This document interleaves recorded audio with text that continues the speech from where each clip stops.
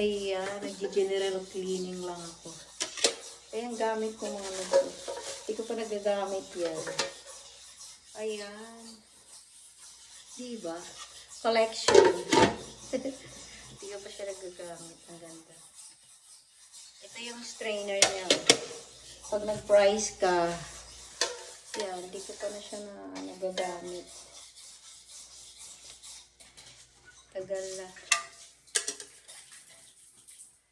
O, diba? Ayan, walang na-share ko lang. Pagyayabang ko lang yung mga